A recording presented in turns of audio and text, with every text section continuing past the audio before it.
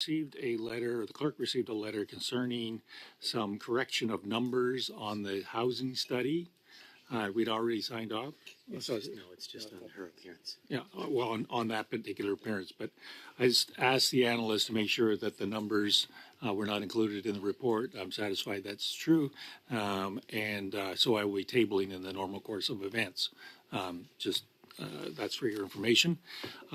We are here with Minister Blair to study his mandate, and I see that we're all in order. Ms. Lambropoulos has her chocolate milk. Mr. Bazan has his chocolate milk. I know the minister is beyond excited to be here, so I will turn it over to the minister and see whether look for his 5-minute opening statement. But I think I should allow a few minutes for you to introduce some of your team who are new to the committee, but very welcome. Where's that list, Council? Don't leave anybody out. That's okay. Thank you very much, Mr. Chair. First of all, let me assure you I'm not beyond excited, but I've come right up to the line. And secondly, if I may, just as a point of clarification, you said I was here with an entourage, and that's not entirely true. I'm here with my team. And I'm delighted to have these fine people with me here today. I'm joined this morning by our Deputy Minister, Deputy Minister Stephanie Beck. I'm also joined by the Vice Chief of Defense, Stephen Kelsey, General Stephen Kelsey. Our ADM for Materials Management, Nancy Tremblay, has joined us this morning. And also from CSE, we have our ADM, Wendy Hadwin. And so these are important members of our team, and I'm sure that they'll be able to provide information and insight over the course of my appearance here and later on for their own appearance later this morning. First of all, if I may then begin, Mr. Chair and members of the Standing Committee on National Defense, good morning, and thank you again for the kind invitation to appear before you this morning to discuss our priorities as Minister, my priorities as Minister of National Defense, and to endeavor to answer any questions that you may have.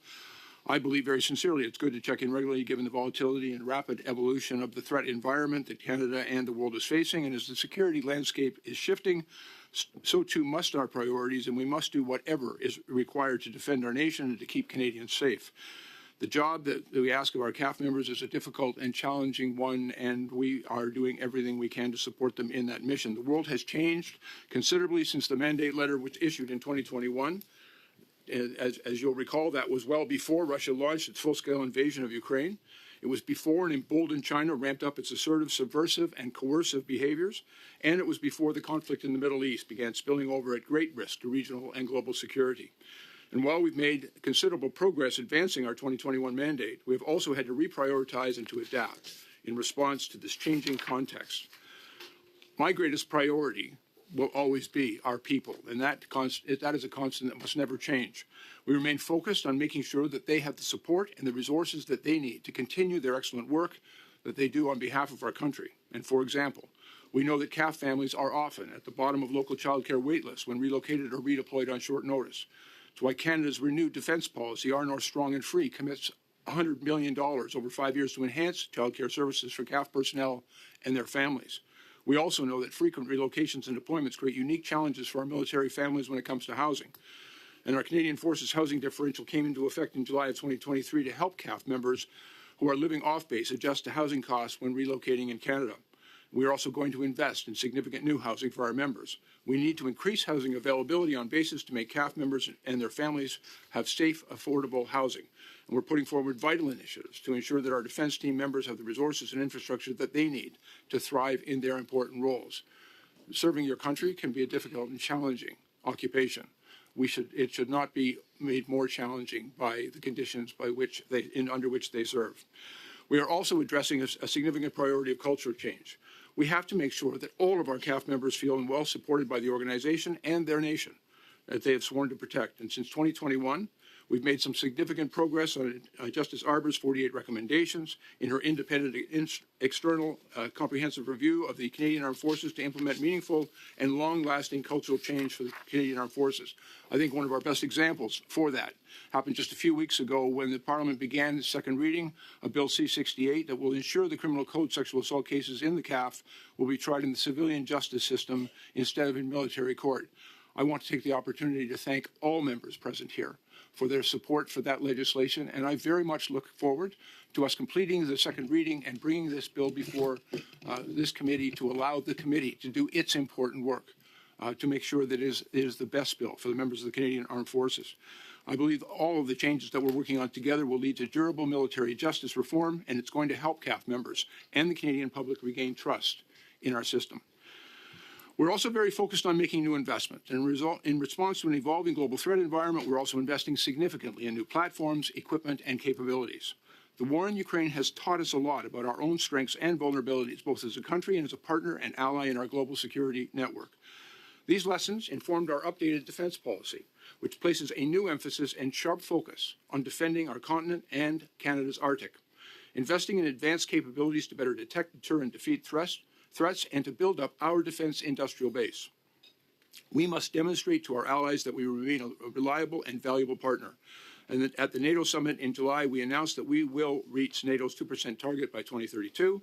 We're equipping our military with 21st century capabilities that's going to allow us to operate across all domains and all environments and alongside our allies and partners, starting with new ships, submarines, vehicles, and planes that contribute to our Canadian Armed Forces operational readiness.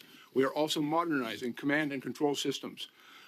In order to do this effectively, we know that we must usher in new capabilities in a new era, and we need to find a new approach to modernizing defense procurement.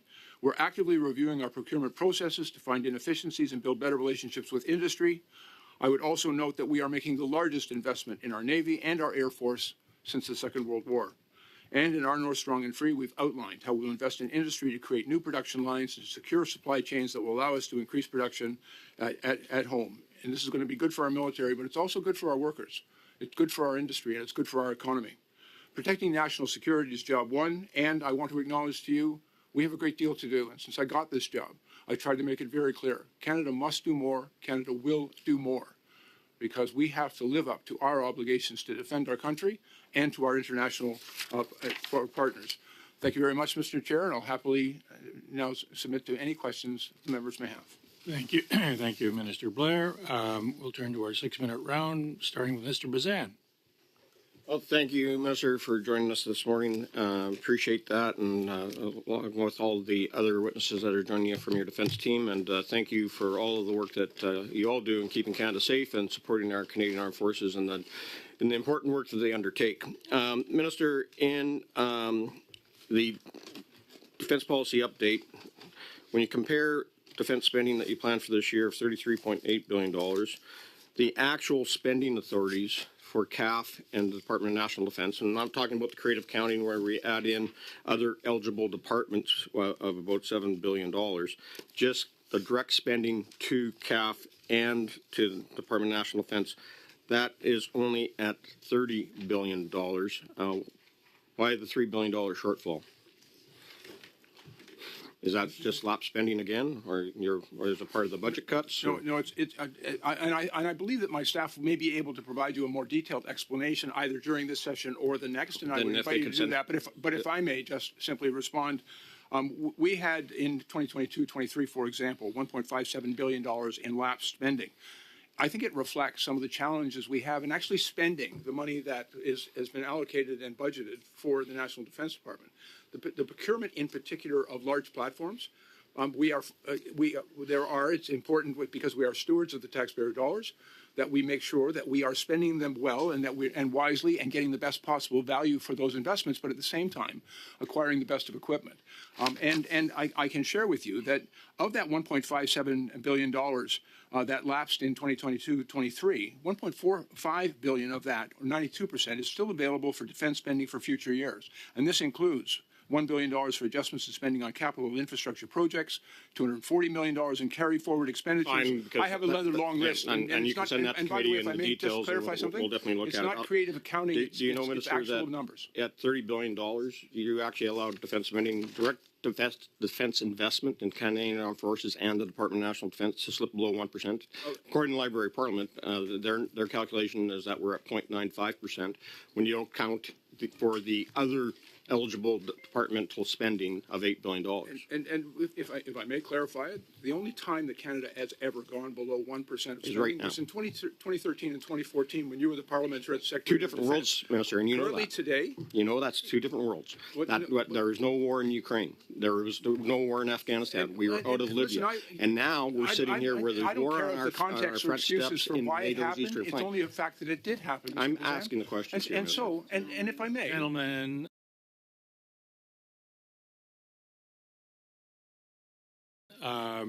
it works better when one person asks a question and another person gives an answer, not simultaneously. So I've stopped the clock. I'll allow Mr. Bazan to re-ask his question, and then we can go from there. Mr. I'm going to Bazan. move on because the minister is just going to talk over me regardless, rather than admit the facts that defense spending is now, again, when we're in a conflict situation with Ukraine where we have a greater adversary than we've ever witnessed in China, where we have Israel defending its rights to exist against terrorist organizations, plus the government of Iran, the terrorist regime in Tehran. I want to get down to NORAD modernization, $38.6 billion.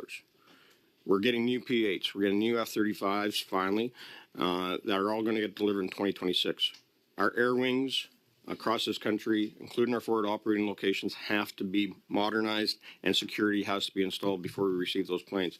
To date, you've only spent $30 million. Where is this money going? Like, why is it taking so long? We got planes coming and no infrastructure getting built. and again, Mr. Bazan, if I may be allowed to answer your question. We've actually budgeted $38.6 billion for NORAD modernization, and we're working very closely with the commander of NORAD and with our American allies in making those investments. According to the plan in those investments, we know that we needed to acquire new capabilities, and as you've already acknowledged, we signed a contract for the replacement of the C-140s with the P-8, and those will begin to be delivered by 2026 with full delivery by 2028.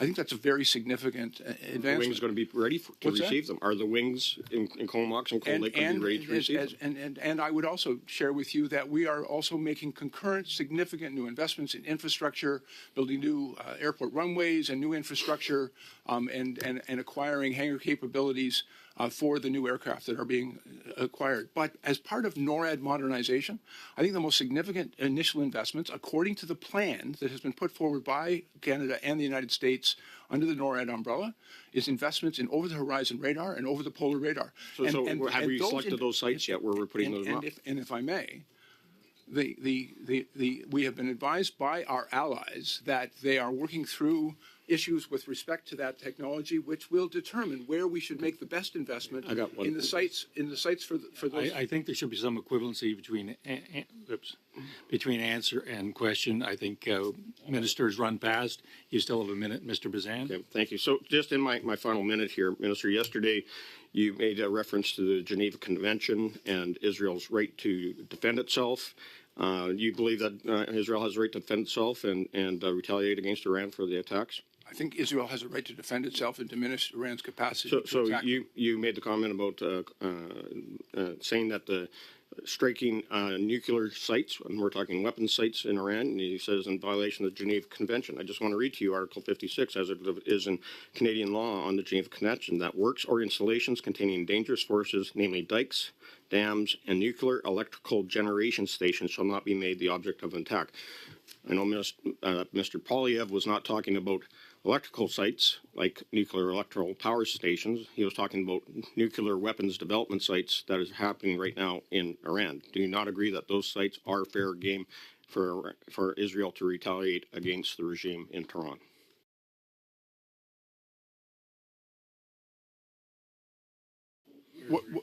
Yes or no? It's not a yes or no answer. Canada is a signatory to the 1977 just protocols for the Geneva Convention, the law of armed conflict. The law of armed conflict very specifically prohibits attacking nuclear facilities because of the risk that it poses to innocent civilians and to the environment. That is a convention that the world has agreed to. 174 countries have signed on to that protocol. And I think it's reckless and irresponsible to call for attacks on military facilities nuclear facilities that are very specifically prohibited under international humanitarian Electrical law. power. We're going to have to leave it there. Thank you, gentlemen. Mr. Collins, 6 minutes. Thanks, Mr. Chair. Good morning, Minister. In his parting speech, General Eyre talked about he highlighted that our democratic institutions are constantly under attack. You talked about the evolution of the threat environment in your opening statement. And we know that Russia and China are part of a global group that is spreading disinformation and is attacking our democratic institutions. And the DPU highlights this issue. Can you talk about how we address those issues domestically and then internationally with our partners? It's a multifaceted question, and I think an important one. What we are seeing is the changing environment that I referenced in my opening remarks, and that I think we've highlighted quite very specifically in our North Strong and Free, our new defense policy update, is the changing environment requires an evolution in Canada's approach to its national defense and national security, and those things are very much related. What we are seeing as a result of climate change, our continent, our Arctic is becoming far more accessible. We're seeing with advances in new technologies that those technologies threaten our security, and we need to be able to respond appropriately, which is going to require significant new investments. And we also talk very extensively about the activities of our adversaries. And some of those we're seeing, for example, that China is building up the largest military capability, an extraordinary investment in its military capability taking place over the past several years, which threatens to change the balance of security and power in the globe, and something that we and our allies need to respond appropriately to. We're also seeing, as a result of Russia's attack on Ukraine, that I'm having troubles listening to this exchange. If there is a conversation to be had, I would prefer it to be taken place somewhere else other than the table. So please continue. Yeah, not from the top. But I agree that we're seeing activities from Russia. One of the things we see, certainly they're challenging us militarily. They're also challenging us significantly in the cyber environment.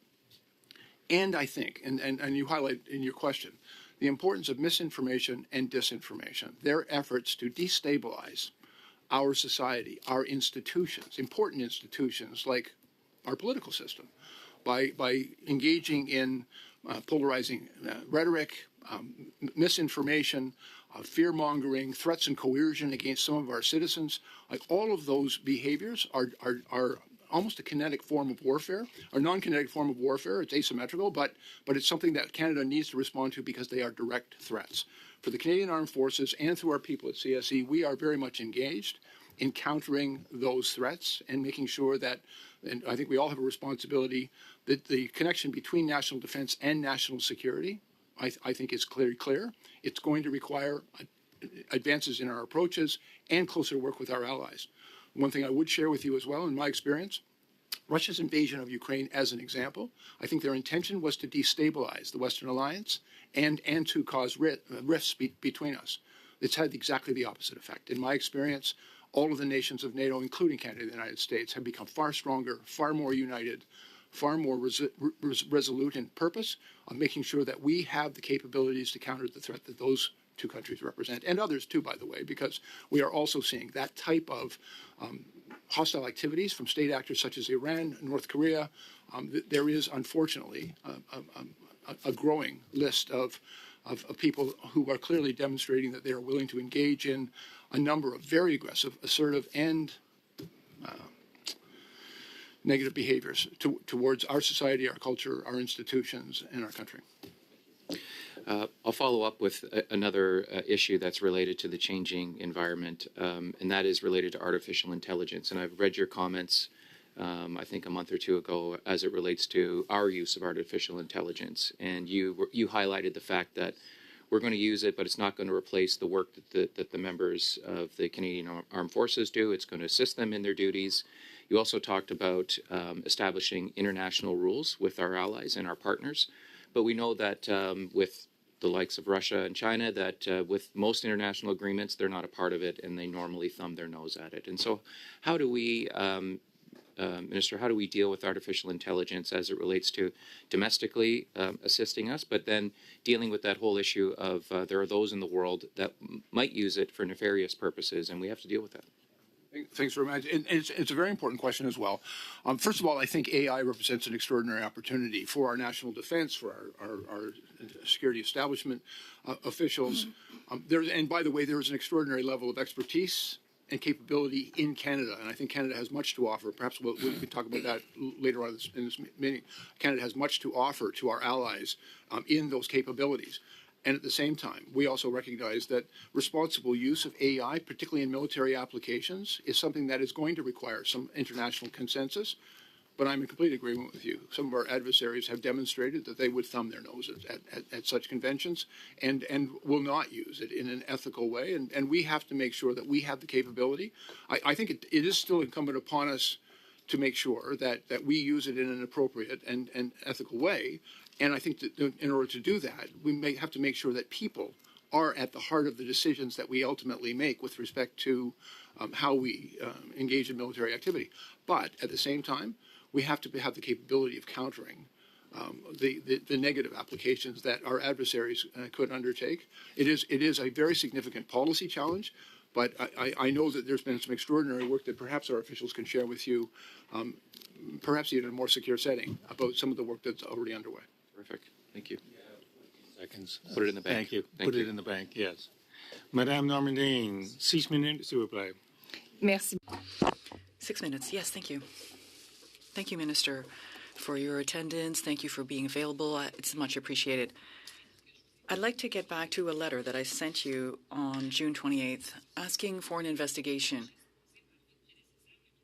relating to the actions of your predecessor, Minister Sajjan. It appeared in the news that Minister Sajjan had not given an order to prioritize the Sikh community, but had conveyed some information to the chain of command. And in June, on June 28th, we sent a letter to you, and the Department of Defense sent us a letter a month later in response saying they were examining the matter. Has an investigation started? Has anything started to shed light on this? Before you answer that question, Minister, I'm not sure that's within the minister's mandate.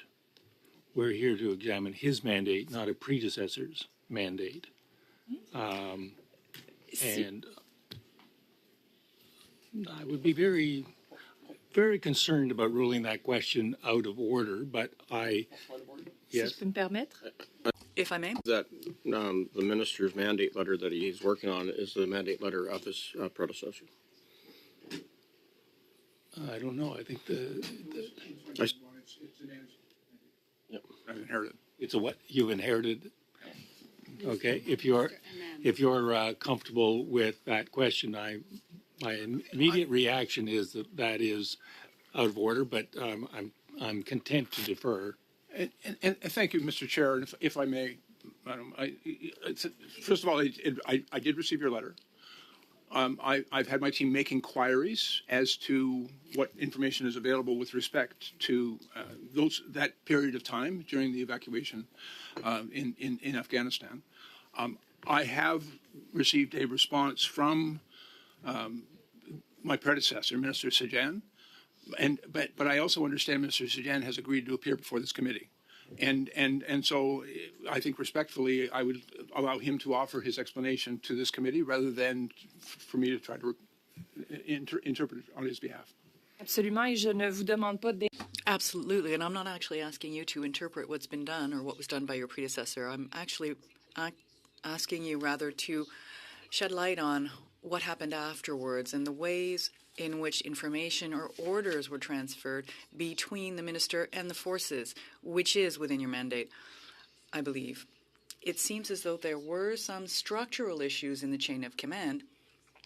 If information could be considered an order made by the minister, my questions have to do directly with that. Are there any issues with the forces understanding the difference between the role of the minister and the ways in which these orders or requests are perceived by the forces, to your knowledge? And thank you very much, Ms. Normandine. First of all, I've been the minister at National Defence now for some period of time. I do not believe that I have any authority to issue orders to the Canadian Armed Forces and to the Chief of Defence. And that's just, I don't have that authority. So there are some circumstances, some authorities that they require my approval to give them a certain authority to undertake certain actions. But I don't believe, and in my own experience, I see nothing in the National Defence Act that implies that I would have any authority to issue an order to the CDS or to any member of the Canadian Armed Forces. Merci beaucoup. Ça éclaire beaucoup. Thank you very much. That clarifies things. So your understanding is that. So I understand that your understanding is that a minister would be going beyond his role if he were to be micromanaging anything in theater, in the context of military operations. It would go above and beyond his role to interfere or to micromanage.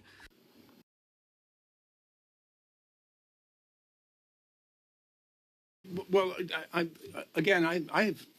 have an excellent working relationship, and I have my Vice Chief of Defense with me, who maybe want to add remarks to this. But we discuss their response to operations, and they brief me on the actions that they're taking. I think it is my responsibility to ask a lot of questions, to get information, to clarify certain things. And I think that the value of those discussions, I think we together, we actually can produce better outcomes. But I do not believe that it is my authority to issue an order to the Canadian Armed Forces. There's a very significant separation between my duties as an elected official and a Minister of National Defence and the Chief of Defence's and her team's responsibility to manage and operate the Canadian Armed Forces. Merci. Je change de sujet. Thank you. Let me focus on another subject. You announced this summer, you announced $500 million in support to Ukraine. It's been 3 or 4 months since then. How much of that amount has been dispersed at this point? Yeah, actually, we've also, quite a bit of it, about $350 million, and I stand to be corrected. But when we made that announcement very shortly thereafter, I also announced that we were committing a significant amount of money to the Air Defense Coalition. The training of pilots, Canada was assuming a far more significant role in the training of Ukrainian fighter pilots. And we were taking on responsibility for that and investing a fairly significant amount of money. We've also committed money to 2 other coalitions, one for the acquisition of munitions, which is operated primarily led by the Czechoslovakian. There's the Czech Republic, that we're investing money in them to acquire munitions more quickly through the NATO coalition. And then finally, we're also investing fairly significantly in a German-led coalition, about $79 million for the acquisition of air defense missiles. J'ai le temps de poser la question pour y répondre dans un prochain.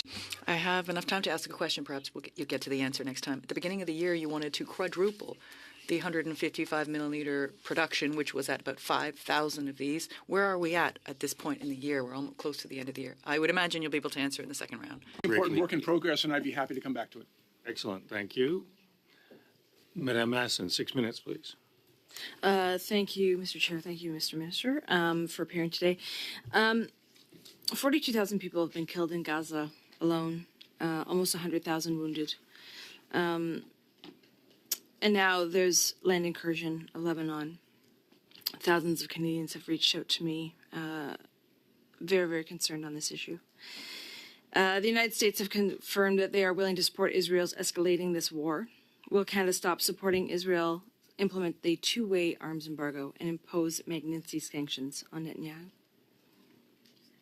Yeah, those are questions, frankly, not entirely for me to answer, but I can tell you. First of all, Canada does believe in every sovereign nation's right to defend itself when attacked.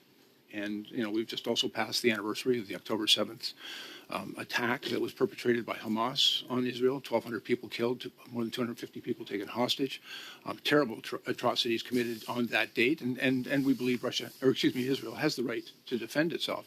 Very similar and guided by exactly the same laws as Ukraine's right to defend itself against the attack on their sovereign nation by Russia. All of the laws of armed conflict, I think, clearly define in international humanitarian law what the limits of your ability to defend yourself it looks like. Canada has and continues to seek a ceasefire in the Middle East. We've also are pursuing, we believe conditionally in a two-state solution in which Hamas would have no role in the formation of any future government in Palestine. We have also called for Minister, the laying down of arms and the return of the hostages. In terms of length of question and answer, Chair? All right. The United Nations interim force in Lebanon are peacekeeping force, obviously whose mandate includes overseeing UN Resolution 1701. The Israeli forces have tried to request UNIFIL withdraw so they can continue their illegal incursion. And in fact, this morning there were reports that two United Nations peacekeepers were injured because of these strikes. What is your government's response or position to support the United Nations peacekeeping in the region and your reaction to this attack on UNIFIL soldiers? And again, it is unfortunate in UN peacekeeping missions that. Does that fall into defending yourself, or is that an attack on the United Nations? And again, the application of the law in this case, with respect to the law of armed conflict, I think it needs to be. I appreciate your concern that you're raising. I think that there needs to be investigation and evidence, and if there is evidence of any nation violating those laws, then there is appropriate mechanisms of resolution and justice that can flow from those processes. ICC and the ICJ? What's that? The ICC and the ICJ? Canada is a signatory to the ICJ, and that is one of the mechanisms in which these matters can be resolved. I'm sorry? Israel has not allowed following of those two important international bodies. And all I can tell you is Canada's position with respect to these things. I'm not here to try to explain what Mr. Netanyahu is doing, but rather our Canada's response to it. And I think it's been very clear. We very much support the International Court of Justice. We support the law, and we follow the law of armed conflict and encourage all signatory nations to do exactly the same. It was touched upon earlier, but of course, this week, Conservative leader Poilievre made a truly appalling statement that Israel should strike Iranian nuclear facilities. We know how disastrous that could be. The international community has fought and very, very hard to protect the Zaporizhzhia nuclear power plant from Putin's bombings. And your government called that out, that reckless statement out. We certainly did. But Iran has been threatening to proactively attack those nuclear facilities and escalate the conflict even further. So, Minister, is the threat of an attack by Israel on nuclear facilities a red line for your government, and will Canada finally commit to imposing sanctions on Netanyahu's dangerous government? Yeah, and just to be really clear, it's not my job to start drawing red lines for other countries. Canada states its position very clearly that we believe very strongly and support the international humanitarian law and the law of armed conflict, and that is very clearly prohibits attack on nuclear facilities. We've made that position very clear. And for exactly the purposes that you outlined. So we were very concerned, if I may, we were very concerned with Russia's attack in the Zaporizhzhia region because the nuclear facility. But Canada would take no action if this were to occur? Well, and again, it has not yet happened. I think the appropriate course of action right now is for Canada to articulate its position in support of international law. There's thousands of Canadians still in Lebanon.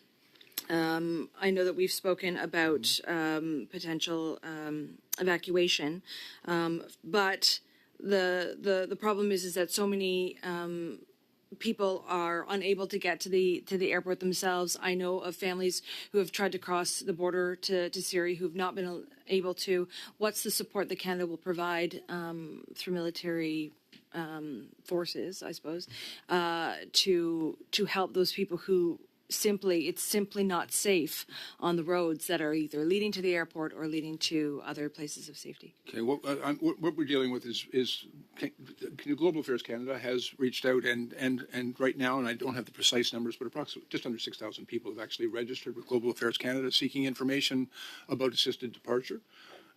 The airport's still operating.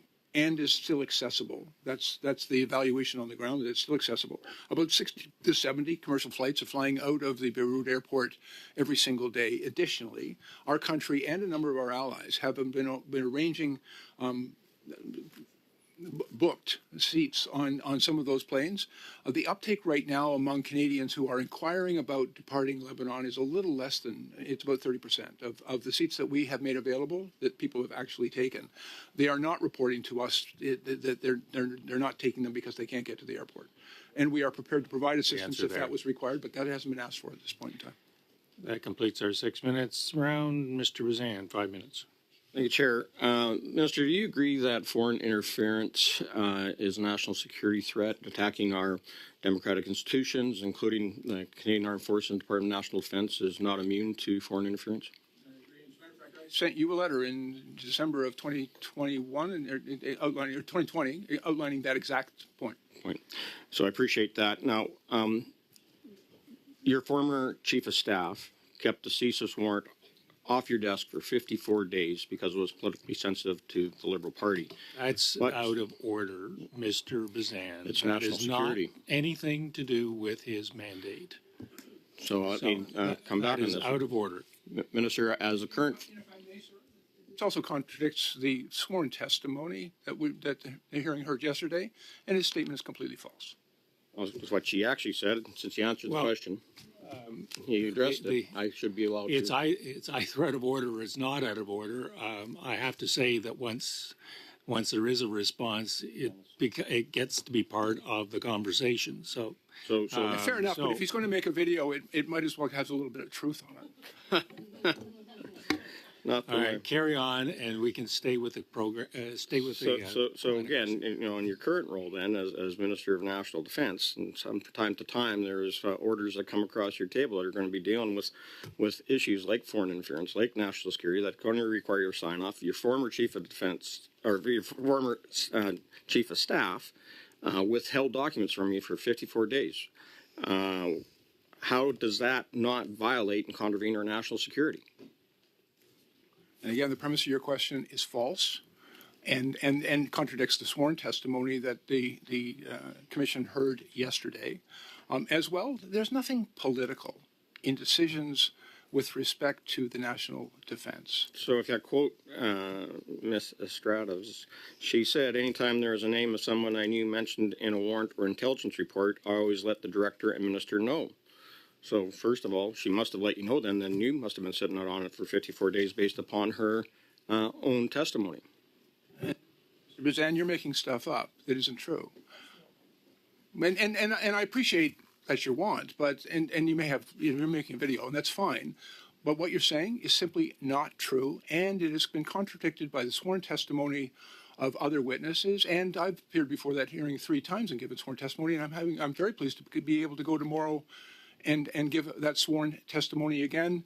And what you're saying has been contradicted by all of the evidence that's been presented to the committee. Disagree with that. I believe that the testimony does speak for itself, and it does show that that a warrant sat around in your office, on your desk, and under the care of your former chief of staff that was actually, in the middle of here, we have a foreign interference inquiry being done by Justice Hogue, and I believe that the truth will be revealed in that process as well, never mind the testimony that's been given at the different committees here.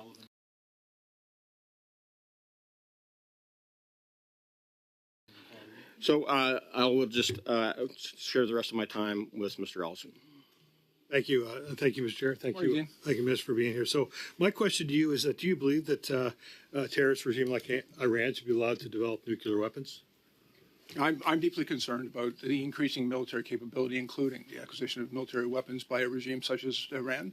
They have been a state explorer of terrorism around the world, and through the IRGC and through their Quds Force.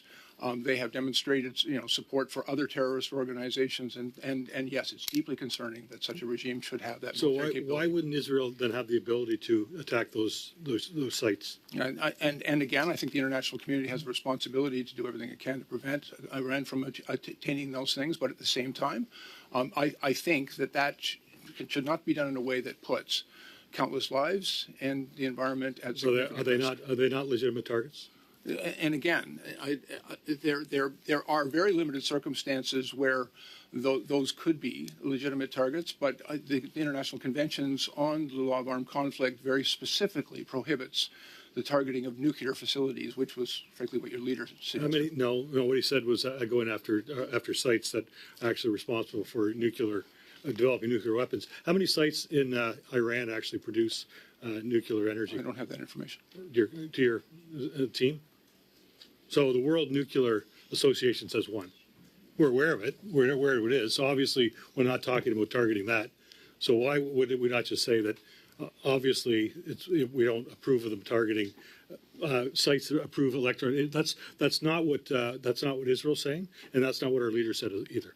I think there is a very serious concern that if anyone was to target a nuclear facility anywhere in the world, whether it be in Ukraine and Zaporizhzhia or in any place in the world, that represents an unacceptable risk to innocent civilians and to the environment, and that's why 174 countries have signed on to an international convention that very specifically prohibits attack on those facilities. Mr. Allison Lambropoulos, 5 minutes, please.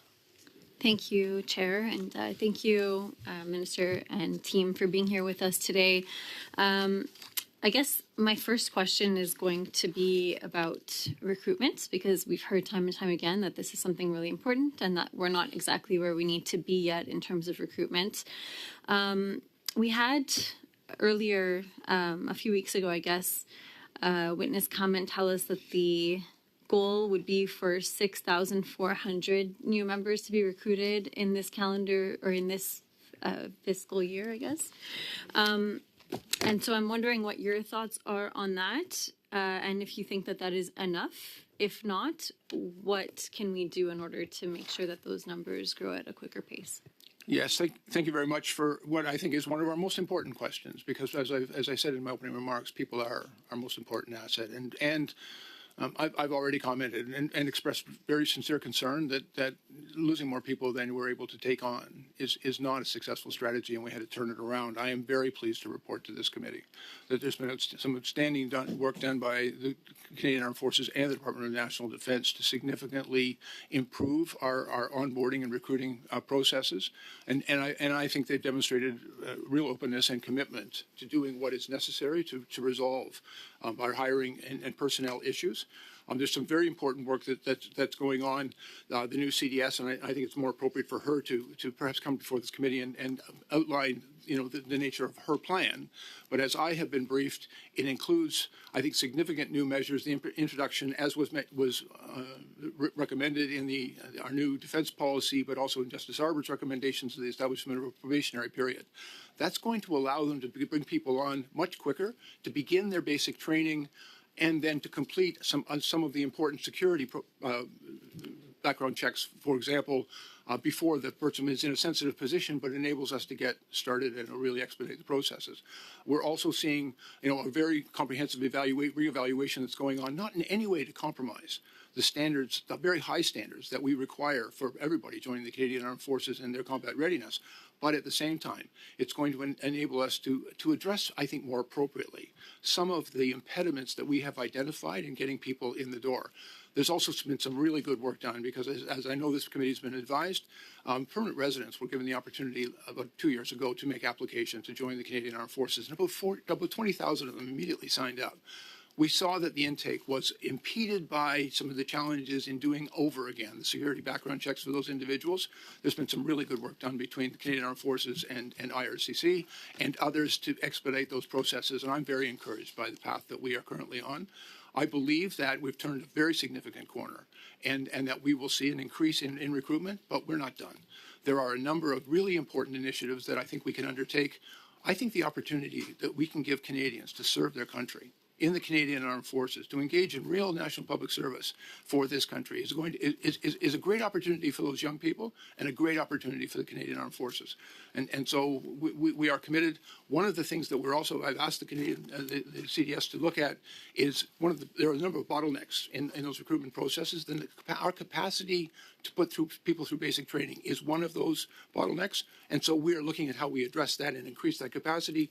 We also have a very extensive and comprehensive review going on to our military colleges at Saint-Jean, Richelieu, and at RMC in Kingston. Those are, I hope, are going to give us a number of recommendations that will enable us to make those more efficient and effective in getting the cadre of leadership that we're also going to require for the Canadian Armed Forces. Thank you very much. I think you already mentioned a few of the obstacles and how to overcome them, or that there are plans in the works, so I'll avoid that question. But another really important point here is the issue of retention and making sure that once they're there, and for those who are already there, that they want to stay because it's a positive and healthy workplace culture.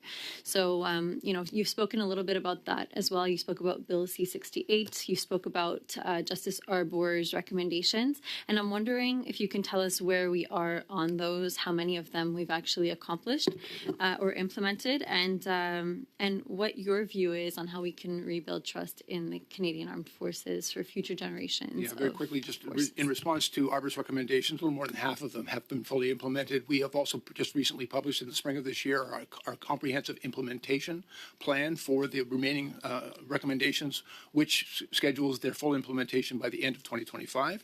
That work is well underway. The recommendation that did require changes to the National Defence Act was brought forward in Bill C-66, which hopefully will come to this committee for its important work very shortly. We're also, as I mentioned, investing in housing, because that's what members have told us is a challenge for them. We're investing in childcare because that's important. We're working with the provinces on making sure that for Services Canada, that shared services are available to our members so they can get access to a family doctor, that people can get assistance for their spouse to have employment. We're going to have to leave the things that we need to do on behalf of the Canadian Armed Forces, and we're working hard on them. Thank you, Minister. Sorry, I talked over you, Mr. Chair. Ms. Normandine, yes. Well, wouldn't want to interrupt the flow. Merci beaucoup. Donc, Thank you very much. About the 155 millimeter, you said you would quadruple the production of these munitions. We were at 5,000 earlier, and where do we stand now?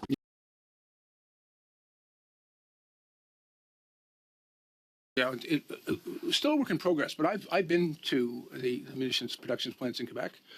I think that we've had a number of important conversations, and our team is working very closely with them. They told us two things. They told us they needed investment in their production lines, and they needed secure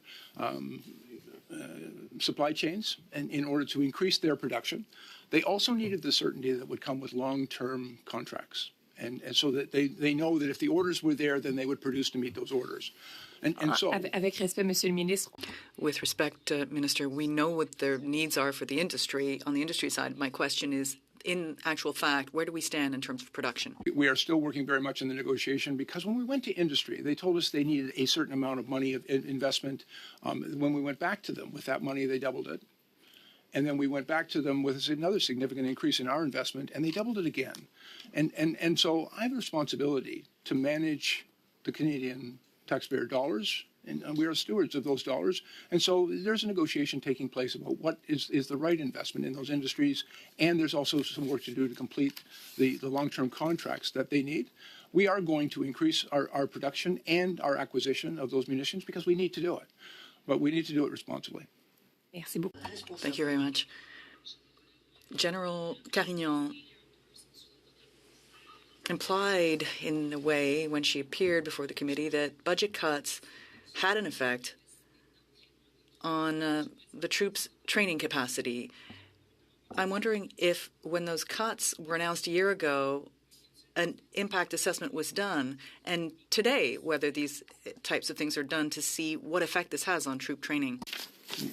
Yeah, thank you very much. It's a very important question, and to be really clear, we cut about $211 million from our budget. And where we made those adjustments and those reductions was on things like professional services, executive travel, hospitality, all of those things. I issued a very clear direction to the CDS and to the Department of National Defense that none of those reductions should impact on our operational readiness or on the services, the important services that we supply to Canadian Armed Forces members.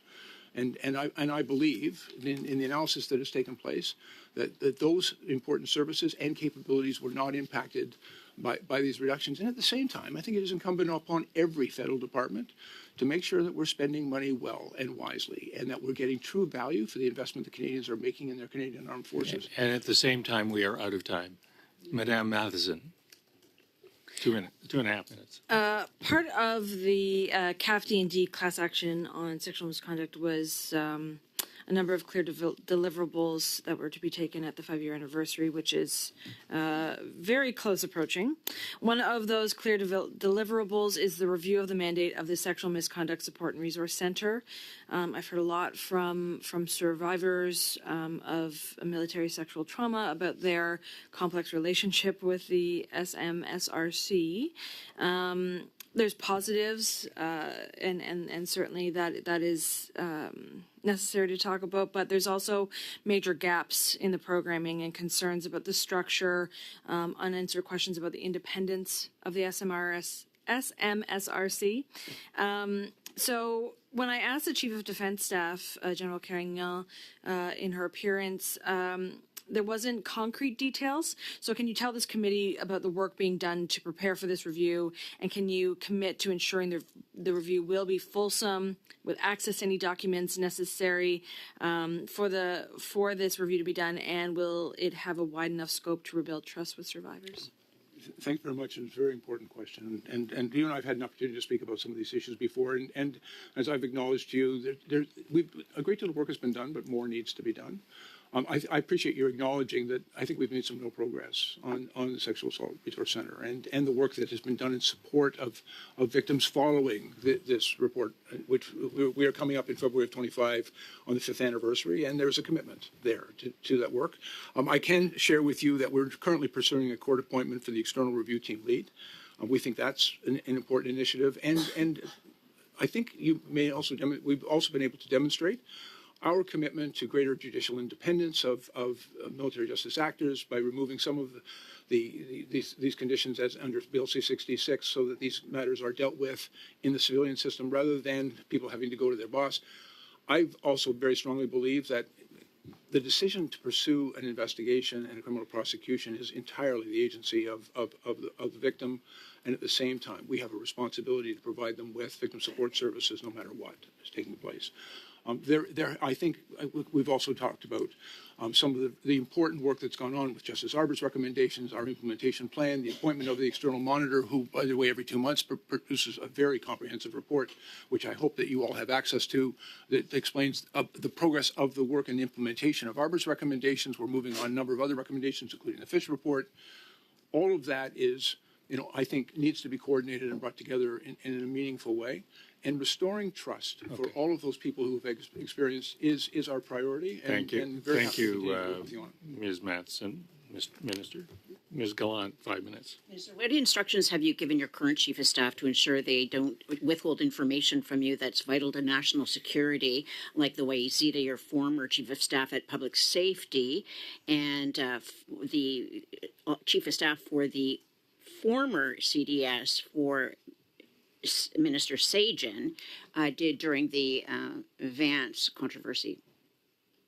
I reiterate my view that this is the mandate of the current minister, and his commentary on previous ministers' practices or non-practices is out of scope. However, having said that, proceed.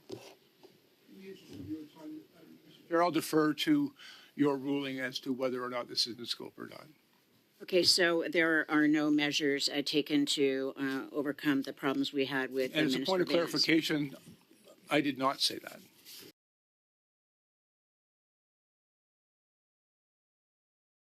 Okay, so are you satisfied that Canada is investing sufficiently in cyber capabilities to deter and respond to non-state cyber aggression? Yeah, we've got some really good news on that. Just a few weeks ago, we stood up our new Canadian Armed Forces Cyber Command under General Yarker They'll be located here in Ottawa, and there's been some very significant new investments. Great. In our North Strong and Free, I would point out an investment of more than $1 billion in cyber So- capabilities at CSC, and so- I'm sure that my that was a yes or colleague no from question. CSC will be able to expand on So, that later. how do the repeated breaches at GAC continue to occur? And again, I'm in this room. Unfortunately, I'm not going to talk to you a little too much about those things. I think there's some great work that is being done particularly by CSC. They need more money to get what needs to be done to keep it secure. How are you going to get that money? The government of Canada experiences billions of attacks on its systems each and every day, and I think our officials do some extraordinary work. And GAC is still being attacked every day, and the intruders are getting through. So barracks for new recruits are in such poor condition, they've had to be condemned, and you haven't allotted any money to replace these buildings on a number of bases. How are we expected, or how are you going to recruit and retain our lower ranks when federal prisoners have better accommodations? Yeah, unfortunately, your question omits the fact that there's already existing funding for investing in those things. I've recently been out. We're investing very significantly in new barracks in Esquimalt. We're investing significantly. We just opened up new barracks in Borden.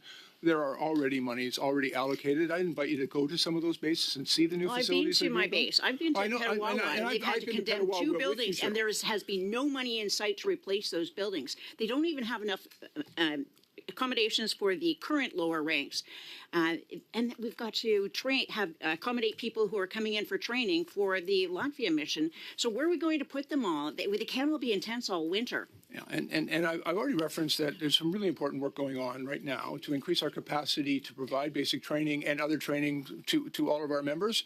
And I would acknowledge, after decades of underinvestment in the Canadian Armed Forces, certainly through Safe, Strong, and Engaged, and now through ONSAF, we're making Get to well, I was answering your question, but if you'd like to pass it before I complete my answer, that's up to the chair. You've answered my question. You have a minute and a half, Mr. Stewart. Yeah, thank you. Thank you.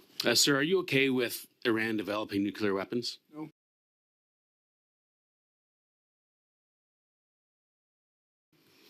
Okay, because earlier you said you were as concerned about it, so that's a very much better answer. I have something a little bit more basic to talk about. It's again about ammunition for our reserve forces. Reports that I've heard indicate that there's not enough 9mm ammunition for our reserve soldiers to get certified on the new 9mm pistols. And I'm just wondering if there's any plan in place to accelerate that condition.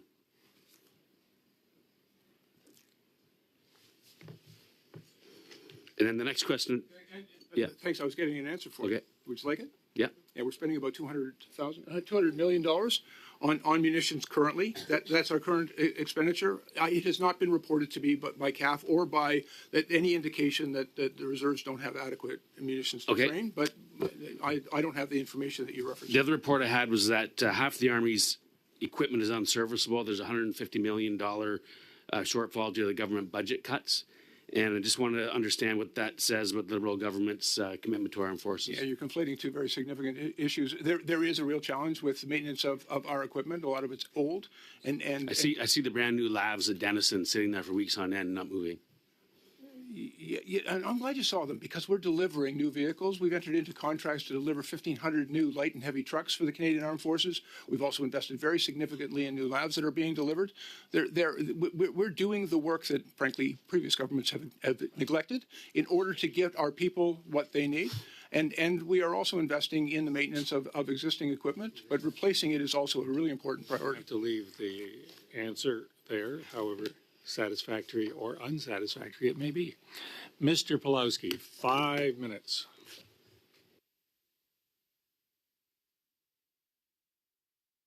On mute, which some people would think is a good thing.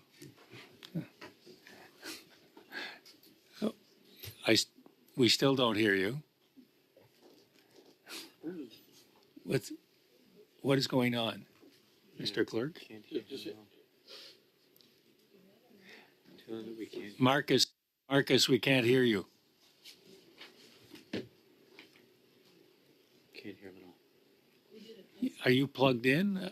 Yeah, ask him to unplug and replug. Unplug and replug. Turn on, turn off. Can you hear me now? We can now. Okay. Oh, unfortunately You've blown through 9 you can hear seconds. me. So go Okay. ahead. Third time over. Maybe I'll make it better this time. Mr. Minister, you talked about learning a lot from the war in Ukraine.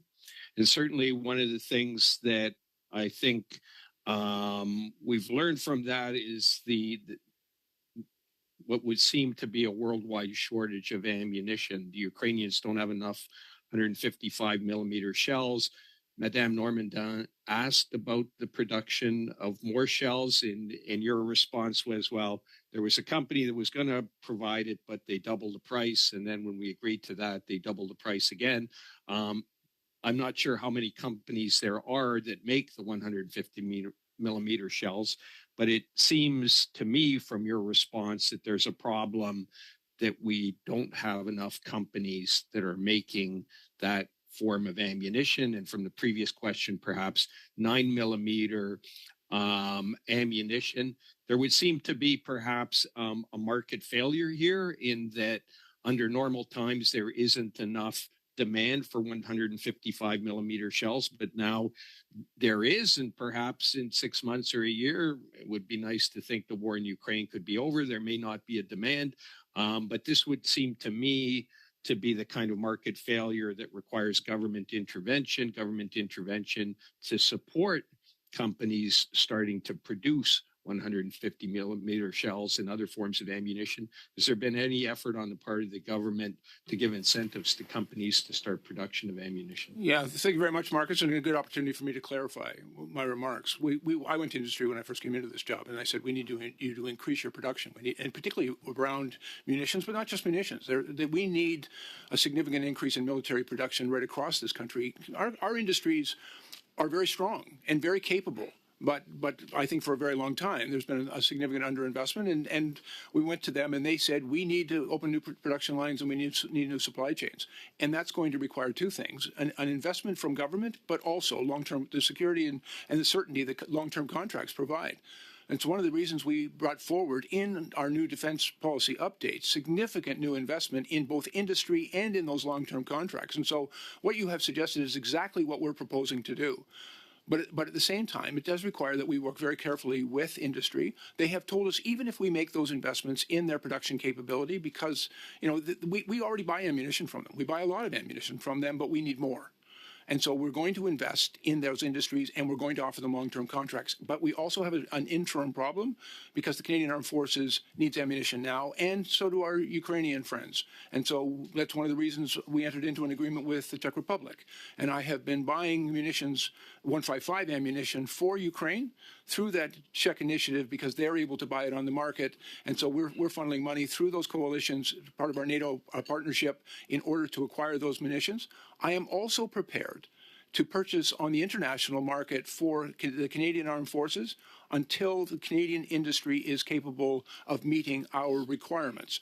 But I think that a number of lines of effort need to happen concurrently. We need to invest in Canadian industry. We need to work on those contracts with them. We need to build up their production. And at the same time, we need the immediacy of responding to the needs of, first of all, the Canadian Armed Forces. That's my first priority. But a very close second priority is making sure that we're able to provide Ukraine with what it needs. My second follow-up question is another thing that the war in Ukraine has taught us is the growing importance of drones. We've purchased F-35s, but if you see what's happening in Ukraine, Ukrainians have managed to do very well with some very cheap drones, sometimes costing hundreds of dollars, destroying much more expensive weaponry on the Russian side. This would certainly seem to be the way warfare is going. What are we doing specifically in terms of research to develop new and better drones, cheaper ways of producing drones, and producing those drones and having those drones in our military? That's a pretty important question, and I want to, but you've left them very little time to answer it. 30 seconds, a little bit better. Yeah, 100% agree. Canada has a very robust capability of building drones. We're investing in research and development. We're also looking at anti-drone technologies, and we've been testing those in Canada as well, along with our allies. It's important work. Canada has also invested in Ukrainian production of their own drones, and that has been very helpful to Ukraine. And so we're investing in building some of those cheaper drones that they use so effectively. But it also gives Canadian industry an opportunity to learn from the experience of the Ukrainians and to add that to our research and development. It's very much a partnership that is being developed, and we're also working very collaboratively because Canada is part of the Drone Coalition for NATO, and our industries and our government is working very closely with all of our allies. We see this as a new frontier of both defensive and offensive operations. I think Canada has great capabilities, but we can do better and do more. Thank you, Mr. Pawlowski. And on behalf of the committee minister, I'd like to thank you for your appearance here today. And I'm going to suspend for a minute or two while the minister leaves and the balance of the team remains in place, and then we'll continue our rounds of questions. With that, suspend.